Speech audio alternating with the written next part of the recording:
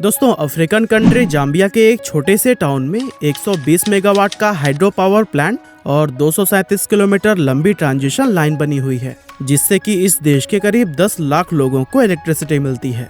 ऐसे ही प्रशांत महासागर के पश्चिमी हिस्से में गुआम नाम का एक छोटा सा आइलैंड है, जो कि साइज में हमारे मुंबई शहर से भी छोटा है। इस आइलैंड में अंडर सी इंटरनेट केबल्स बिछाए गए हैं, जिसकी हेल्प से यहाँ पर रहने वाले करीब 2.25 लाख लोग इंटरनेट यूज कर पाते हैं।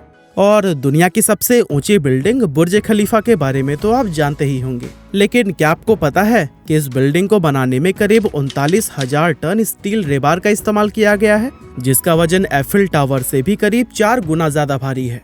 अब आप सोच रहे होंगे कि भला मैं आपको ये सब क्यों बता रहा हूँ। असल में इन तीनों ही प्रोजेक्ट्स के अंदर एक चीज जो कॉमन है वो है टाटा, क्योंकि टाटा ही वो कंपनी है जिसने कि इन तीनों ही प्रोजेक्ट्स पर काम किया हुआ है। अब टाटा हमारे देश की एक बहुत बड़ी मल्टीनेशनल कंपनी है, ये तो हम सभी जानते हैं, लेकिन क्या आपने कभी इसके एक्चुअल साइज को जानने की कोशिश की है? नहीं ना? तो फिर चलिए आज के इस वीडियो में हम आपको टाटा कंपनी के रियल साइज के बारे में बताने वाले हैं, जिसे जानकर आपके होश उड़ जाएंगे। दोस्तों, जमशेदजी टाटा ने साल 1868 में सिर्फ 21,000 रुपए लगाकर टाटा कंपनी की शुरुआत की थी, और आज टाटा 154 साल के बाद 30 अलग अलग ज्वाइंट कंपनीज का एक ग्रुप बन चुकी है, जिनका कंबाइंड मार्केट कैप करीब 23.4 लाख करोड़ रुपए है। आज टाटा का बिजनेस सिर्फ भारत या एशिया ही नहीं, बल्कि दुनिया भर के 100 से भी ज्यादा अलग अलग देशों में फैला हुआ है, और इसके एम्प्लॉयज की गिनती 9,35,000 से भी ज्यादा है। मार्केट कैप के हिसाब से देखें तो टाटा ग्रुप की सबसे बड़ी कंपनी टाटा कंसल्टेंसी सर्विस यानी कि TCS है, जिसका करंट मार्केट कैप करीब 12 लाख करोड़ रुपए है। दरअसल साल 1968 में शुरू हुई ये कंपनी IT और कंसल्टिंग इंडस्ट्री को बिलोंग करती है, जिसका बिजनेस दुनिया भर के करीब 46 देशों में फैला हुआ है, और साथ ही इसके एम्प्लॉयज की गिनती भी 6 लाख के करीब है। अब पिछले साल यानी कि फाइनेंशियल ईयर 2021-22 की अगर बात करें तो उसमें TCS की नेट इनकम करीब $5 बिलियन रही थी, और इन्हीं सब चीजों के चलते आज एक्सेंचर के बाद से इसे दुनिया की दूसरी सबसे बड़ी IT कंपनी माना जाता है। अब आप में से बहुत सारे लोगों के मन में ये सवाल आ रहा होगा कि TCS आखिर ऐसा क्या काम करती है कि आज इसकी गिनती दुनिया की सबसे बड़ी IT कंपनीज में की जाती है।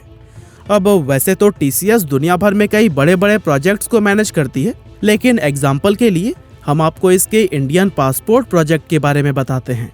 अब आप में से काफी सारे लोग ये बात जानते ही होंगे कि आज से करीब 15 साल पहले तक इंडिया के अंदर पासपोर्ट बनवाने में बहुत ज्यादा टाइम लगता था, लेकिन TCS की ही बदौलत आज ये प्रोसेस पहले से कहीं ज्यादा फास्ट हो चुका है, क्योंकि TCS ही वो कंपनी है जिसने इंडियन पासपोर्ट सिस्टम के इस पूरे प्रोसेस को डिजिटलाइज करने का काम किया है। दरअसल TCS हमारे इंडियन पासपोर्ट सिस्टम को वो एडवांस टेक्नोलॉजी और प्लेटफॉर्म प्रोवाइड करता है, जो कि इस प्रोसेस को तेज बनाने के साथ साथ इसकी ट्रांसपेरेंसी और रिलायबिलिटी को भी बढ़ाते हैं। TCS के बाद से टाटा की दूसरी बड़ी कंपनी है टाटा मोटर्स, जो कि पिछले कई दशकों से अलग अलग तरह के कॉमर्शियल और पैसेंजर व्हीकल्स को बनाने का काम कर रही है। आज से 77 साल पहले सन 1945 में शुरू हुई टाटा मोटर्स आज अपने पैर पूरी दुनिया के 125 से भी ज्यादा देशों में फैला चुकी है, जहां इस कंपनी के लिए करीब 80,000 एम्प्लॉयज काम करते हैं, और इस समय इसकी वैल्यूएशन $34 बिलियन के आसपास है। दोस्तों, TCS और टाटा मोटर्स के अलावा 8 और ऐसी मेजर इंडस्ट्रीज हैं जिसमें कि टाटा ने अपना प्रेजेंस सालों से बनाया हुआ है। फॉर एग्जांपल, स्टील सेक्टर की अगर बात करें तो इस इंडस्ट्री में टाटा ग्रुप की टाटा स्टील कंपनी पिछले 114 सालों से काम कर रही है, और आज इसका भी बिजनेस पूरी दुनिया के करीब 25 से ज्यादा देशों में फैला हुआ है। इसी तरह से कंज्यूमर और रिटेल इंडस्ट्री की अगर बात करें तो इस सेक्टर में भी टाटा किसी से कम नहीं है। यहाँ टाटा के 20 से भी ज्यादा अलग अलग ब्रांड डिफरेंट प्रोडक्ट्स में डील करते हैं, और टाटा के इन ब्रांड्स पे Tata tea, Tata salt, Titan, Voltas, Croma और टाटा स्टारबक्स जैसे फेमस ब्रांड्स का नाम शामिल है। इसके अलावा इंडिया में टूरिज्म एंड ट्रैवल एक ऐसा सेक्टर है जहाँ पर टाटा की कंप्लीट मोनोपोली चलती है। अब आप में से काफी सारे लोगों ने ताज, विवांता और जिंजर जैसे फेमस होटल्स का नाम तो सुना ही होगा, लेकिन हम आपको बता दें कि इन तीनों होटल्स के अलावा और भी कई सारी लग्जरी होटल चेन्स को टाटा ऑन करता है। साथ ही एयर एशिया, विस्तारा और एयर इंडिया जैसी बड़ी और फेमस एयरलाइन की ओनरशिप भी टाटा के पास ही है। टूरिज्म एंड ट्रैवल के बाद से टाटा के लिए उसका अगला मुख्य सेक्टर इंफ्रास्ट्रक्चर है, क्योंकि इस इंडस्ट्री में भी टाटा ने बहुत ज्यादा इन्वेस्ट किया हुआ है। आपको जानकर हैरानी होगी कि Tata power, Tata projects, Tata housing और टाटा रियलिटी एंड इंफ्रास्ट्रक्चर ये टाटा की कुछ ऐसी कंपनीज हैं जो कि दुनिया भर में डिफरेंट टाइप के इंफ्रास्ट्रक्चर डेवलपमेंट का काम कर रही है। फॉर एग्जाम्पल जाम्बिया का हाइड्रो पावर प्लांट, जिसके बारे में हमने आपको वीडियो की शुरुआत में बताया था, उसे भी टाटा ग्रुप की टाटा पावर कंपनी ने ही बनाया है। और दोस्तों, इन सभी इंडस्ट्रीज के अलावा Tata finance, aerospace, defence, telecom, media और ट्रेडिंग एंड इन्वेस्टमेंट जैसे कई दूसरे सेक्टर्स में भी मौजूद है, जहां साल 2021 में अपनी इन सभी कंपनी से टाटा को कुल 128 बिलियन डॉलर्स का रेवेन्यू जनरेट हुआ था। वैसे आपको ये बात जानकर काफी हैरानी होगी कि टाटा के इस रेवेन्यू का 60% से भी ज्यादा हिस्सा इंडिया के बाहर से आता है। असल में इसका रीजन ये है कि टाटा की जितनी भी बड़ी कंपनीज है ना, उनका ज्यादातर बिजनेस इंडिया से बाहर होता है। फॉर एग्जाम्पल TCS की ही अगर बात करें तो फिर उसके टोटल रेवेन्यू में इंडिया का कंट्रीब्यूशन सिर्फ 5 से 6% के बीच में रहता है, जबकि अपना 95% रेवेन्यू TCS दूसरे देशों से जनरेट करती है। और इससे ये बात साबित होती है कि जिस तरह की रेपुटेशन टाटा का इंडिया में है, वैसे ही मजबूत पकड़ इसने दूसरे देशों में भी बनाई हुई है।